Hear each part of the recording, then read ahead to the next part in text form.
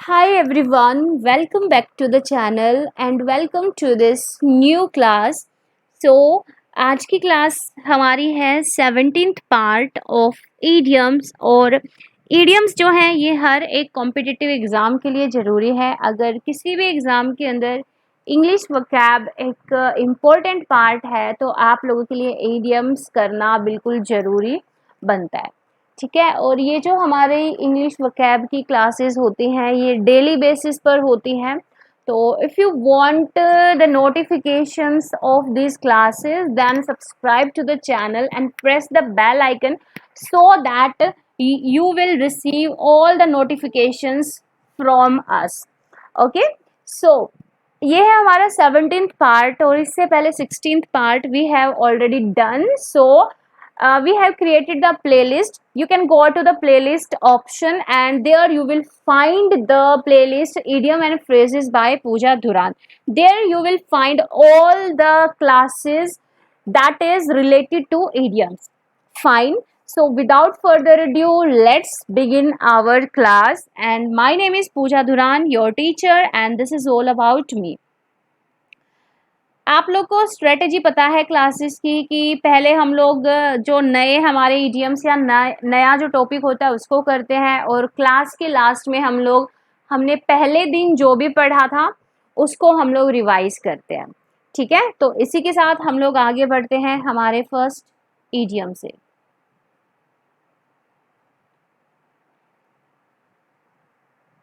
First idiom है यहाँ पर गिफ्ट ऑफ द गैब.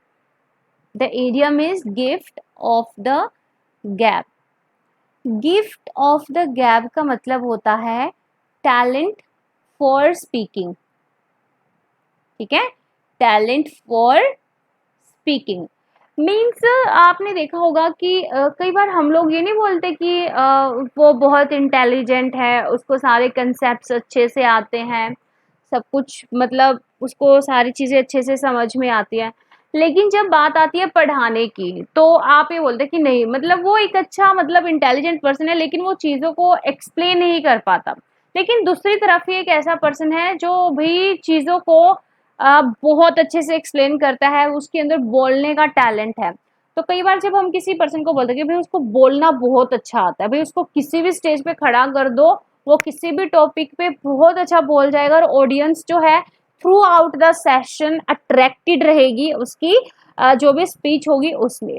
तो ऐसे पर्सन के लिए यूज किया जाता है गिफ्ट ऑफ द गैप. मतलब कई बार हम ये नहीं बोलते कि ये तो गॉड गिफ्टेड टैलेंट है, तो ये गिफ्ट ऑफ द गैप वही गॉड गिफ्टेड टैलेंट है, भाई बोलने का टैलेंट. मतलब गॉड ने उसको क्या गिफ्ट दिया है, बोलने का टैलेंट. तो ये है टैलेंट फॉर स्पीकिंग. और ये सबसे बड़ी बात है कि ये एक टीचर के अंदर होना बहुत जरूरी है.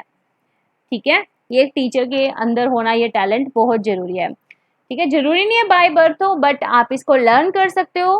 ठीक है, तो टैलेंट फॉर स्पीकिंग होता है चतुराई पूर्वक धारा प्रवाह बोलने की जो शक्ति या जो टैलेंट होता है, that is gift of the gap.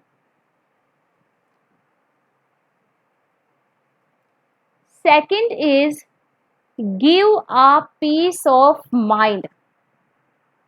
इसको पढ़ाने से पहले ना कल की क्लास में हमने एक वो किया था, ईडियम किया था, आप लोग को याद हो.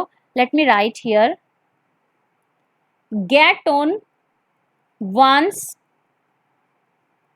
नर्व्स. ठीक है, गेट ऑन वंस नर्व्स का हमने किया था इरिटेट करना या तंग करना. ठीक है, किसी को मतलब भाई जब आपको कोई दुखी करता है तो आपकी नर्व्स जो होती है, आपकी नसें जो होती है फटने को हो जाते हैं, आप कैसा मन करता है बस इंसान चुप हो जाए. तो give a piece of mind जो है ना, ये भी कहीं ना कहीं थोड़ा सा इससे सिमिलर आप इसको कह सकते हो. Give a piece mind, give a piece of mind का मतलब होता है रिब्यूक. रिब्यूक का मतलब होता है डांटना. स्कोल्ड, बहुत अच्छे वर्ड हैं दोनों. रिब्यूक और स्कोल्ड का मतलब होता है डांटना. तो give a piece of mind का मतलब होता है डांटना. अच्छा देखो, जब आप अपने दिमाग का पीस मतलब एक पार्ट, जब आप अपने दिमाग का एक पीस या अपना दिमाग का वो कंसंट्रेशन का पीस किसी को दे देते हो तो इसका मतलब है उस पर्सन ने आपको बहुत दुखी किया था और लास्ट में आपको अपना माइंड शांत करने के लिए उसकी तरफ जाकर उसको डांटना पड़ा ताकि आप अपने उस माइंड के पीस को शांत कर पाओ. तो give a piece of mind का मतलब होता है डांटना या फटकारना या धमकाना, ठीक है, give a piece of mind.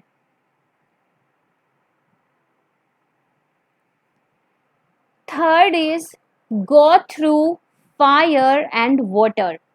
एक ऐसा इंसान है जो आग में से भी निकल जाता है बहुत ही चतुराई से बिना जले, और जो पानी में से भी निकल जाता है, मतलब तैर जाता है, कितना भी तेज बहाव हो नदी का, समुद्र का, पानी का, वो पानी में से भी तैर के बहुत अच्छे से निकल जाता है, और आग में से भी ऐसे निकल जाता है कि उसको कुछ भी नहीं होता।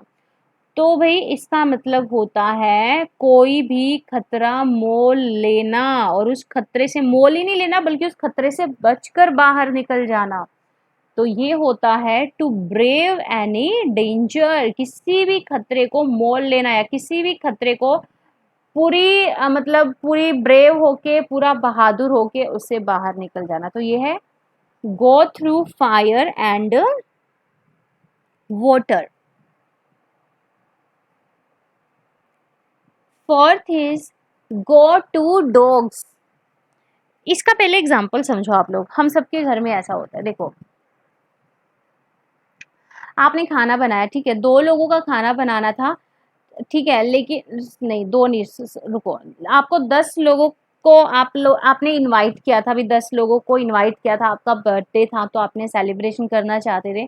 लेकिन बाय चांस ऐसा कि उस 10 आपने 10 लोगों का खाना पूरा बना के तैयार किया, 2-3 तरह की सब्जी, मिठाई और पता नहीं क्या क्या, लेकिन उसमें से सिर्फ 3 लोग आए, 7 लोगों का आना हो गया कैंसल, ठीक है। तो वो 7 लोगों का जो बचा हुआ खाना था ना, तो आपके एक फ्रेंड ने बोला कि भाई अब 7 लोग तो आए नहीं, अब 3 लोगों ने खाना खा लिया, 7 लोगों का खाना ऐसा करो ये बाहर कुत्तों को डाल दो। तो मतलब वो जो 7 लोगों का खाना था भाई, वो क्या हो गया, वो वेस्ट हो गया। तो आप अब उस खाने को किसको डाल रहे हो, कुत्तों को खिला रहे हो। तो यहाँ पर इसका मतलब होता है टू वेस्ट, मतलब व्यर्थ करना, या जो भी आपके साधन या जो भी चीजें होती हैं उनको खराब करना, उनको व्यर्थ करना, ठीक है। वैसे डॉग्स को रोटी डालना, खाना डालना बहुत अच्छी बात है, लेकिन जब 7-7 8-8 लोगों का खाना बच जाए, ठीक है, तो वो वेस्ट ही हुआ ना, उसको खराब करना। तो गो टू डॉग्स का मतलब होता है व्यर्थ करना। Go to rack and ruin. Go to rack and ruin. I always said कि आपकी अगर थोड़ी सी भी बेसिक वकैब है, तो आप कई बार इडियम्स के अंदर कुछ ऐसे शब्द दिए होते हैं, उन शब्दों से भी आप उस पूरे इडियम का मीनिंग निकाल सकते हो।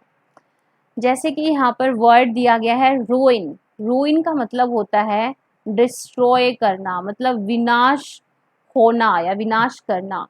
सो go to rack and ruin का मतलब होता है टू डिके और गेट डिस्ट्रॉयड, मतलब विनाश होना, ठीक है, फाइन। तो रूइन से ही आप इसका मतलब यहाँ पर निकाल सकते, मतलब इसको इस तरीके से याद रख लो, अभी अभी दिमाग में एक ट्रिक आई है। रैक को याद रखो रॉक से, मतलब रॉक जो थी, चट्टाने जो थी, उन्होंने पूरे उस एरिया को क्या कर दिया, विनाश कर दिया, उस पूरे एरिया का विनाश कर दिया। जैसे आप लोगों ने टाइटैनिक मूवी देखी होगी, टाइटैनिक जो जहाज था, वो उस रॉक से, उस चट्टान से टकराया और सारे के सारे उस जहाज का क्या हो गया, विनाश हो गया। तो ये इस तरीके से आप लोग इसको याद रखो, विनाश होना, गो टू रैक एंड रूइन।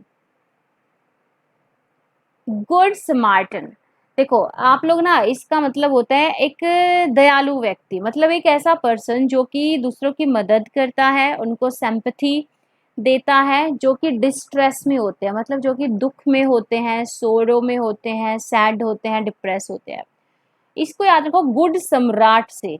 सम्राट का मतलब क्या होता है, राजा, ठीक है।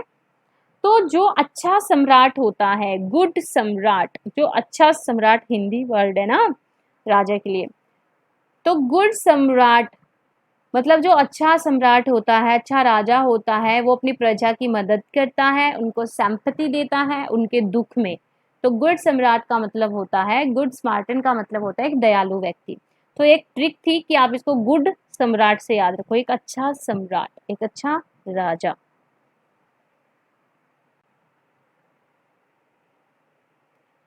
Seventh is grass window.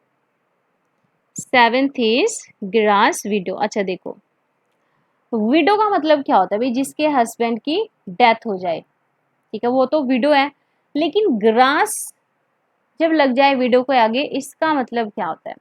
Grass window वो होती है अ वीमन, एक विवाहिता female women who is separated, मतलब जो अलग रह रही है अपने हस्बैंड से, या जिसका डिवोर्स हो चुका है, या फिर अगर डिवोर्स भी नहीं हुआ है तो वो दोनों क्या रह रहे हैं, वो एक दूसरे से अलग रह रहे हैं, ठीक है। तो ऐसे केस में उस वीमेन के लिए वर्ड यूज किया जाता है ग्रास विडो, ठीक है। This is the meaning of 7th idiom.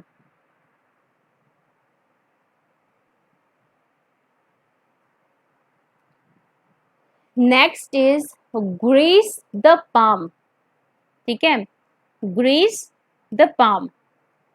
Greece the palm का मतलब होता है यहाँ पर रिश्वत लेना, ठीक है, नहीं सॉरी, देखो ग्रीस द पाम का मतलब होता है रिश्वत देना, और इचिंग द पाम का मतलब होता है रिश्वत लेना, ठीक है। ग्रीस मतलब दूसरे पर्सन को आप मक्खन लगा रहे हो। ग्रीस क्या होता है? ग्रीस ऑयली होता है ना, चिकना होता है, मतलब दूसरे के हाथ को, दूसरे के, ऐसे नहीं बोलते, जब आपको कोई पर्सन बनाना होता है तो आप उसको मक्खन लगाते हो, अच्छी अच्छी बातें करते हो तो आपकी बात मान जाता है। वैसे ही अगर किसी इंसान को अगर रिश्वत देनी हो तो आपको उसकी हथेली को ग्रीस करना होता है, मतलब मक्खन लगाना होता है, मतलब रिश्वत देने के लिए, ठीक है। पहले आप उसको बोलोगे 50,000 में मान जाओ, अगला नहीं मानेगा, फिर आप और ग्रीस लगाओगे, ग्रीस इन द सेंस और पैसा बोलोगे भी 1 लाख, तो बंदा मान जाएगा। तो आपने क्या किया? आपने ग्रीस द पाम किया, मतलब रिश्वत देना।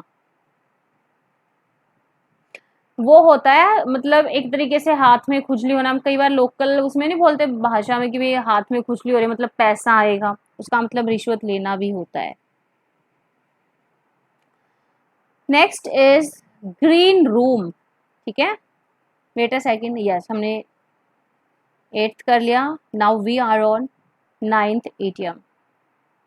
ग्रीन रूम, देखो ग्रीन रूम का मतलब होता है, आप लोगों ने देखा होगा कि मूवीज के अंदर कई बार ऐसे दिखाते भी, एक्टर्स और एक्ट्रेस का एक सीन हो गया, ठीक है, उन्होंने एक सीन वहां पर पूरा कर दिया अपना, उसके बाद नेक्स्ट सीन के लिए उनको कपड़े वगैरह चेंज करने होते हैं, तो एक स्पेसिफिक रूम होता है जहां पर उनके उस फिल्म के शूट के लिए सारे कपड़े लगे होते हैं, तो उसको बोलते हैं ग्रीन रूम। मतलब अभिनेताओं के लिए जो वो कपड़े बदलने का जो रूम होता है, ठीक है, अभिनेताओं का या अभिनेत्री का जो वेशभूषा का कमरा होता है उसको बोलते हैं ग्रीन रूम, ठीक है। A lounge in a theatre और studio for the performers to get ready. अब अभिनेता का मतलब सिर्फ यहाँ पे नहीं कि बड़े बड़े हीरोज, मतलब आप अगर आपने अगर अपने स्कूल या कॉलेज टाइम में भी थिएटर वगैरह में, या आपकी स्कूल की तरफ से या कॉलेज की तरफ से कोई परफॉर्मेंस हुई होगी, तो वहाँ पर स्टेज के पीछे कुछ रूम्स बने होते हैं जहाँ पर वो सभी लोग जाकर अपने कपड़े बदलते हैं और स्टेज पर परफॉर्मेंस देने आते हैं, तो ये उसी रूम को हम लोग ग्रीन रूम कहते हैं, ठीक है। Next, grist to one's mill. Grist to one's mill का मतलब होता है फायदेमंद, ठीक है। Grist to one's mill, something that can be used for one's advantage, मतलब भाई आपने एक तरीके से आप इसको ये भी ले सकते हैं, आपने कोई चीज एक फायदे के लिए ली, एक यूसेज के लिए ली, लेकिन वो बहुत सारे कामों में काम आ रही है, ठीक है, तो उसके लिए यूज किया जाता है ग्रीस्ड टू वंस मील्स, मतलब फायदेमंद। सो ये थे आज के हमारे इडियम्स। फटाफट से अब हम लोग जो हमारा 16th पार्ट था उसके इडियम्स को रिवाइज कर लेते हैं, जैसा कि हम लोग हमेशा करते हैं, क्योंकि रिवीजन भी भाई बहुत ज़रूरी है। अगर आपको ये चीज़ें याद रखनी, एक बार पढ़ने से कोई इतना महारथी नहीं है कि एक बार पढ़ने से सबको चीज़ें याद हो जाए, उनको बार बार रिवाइज करना पड़ता है। गीबल गैबल का मतलब होता था यहाँ पर क्या? मूर्खता पूर्वक वार्तालाप, मतलब foolish talk. Get on one's nervous अभी मैंने बताया था, ठीक है, जहाँ पे ये था go give a piece of mind, उसका मतलब था डांटना और इसका मतलब है तंग करना। गेट इनटू अ सूप को मैंने बताया था गेट इनटू हॉट वाटर से, भाई मुसीबत में पड़ना, झंझट में पड़ना, ठीक है। Get into a soup, get into hot water का सिनोनिम है यहाँ पर, ठीक है। नेक्स्ट हमने किया था गाला डे, मतलब आनंद का दिन, सेलिब्रेशन डे, भाई किसी का जन्मदिन है उसके लिए वो उसका गाला डे होगा।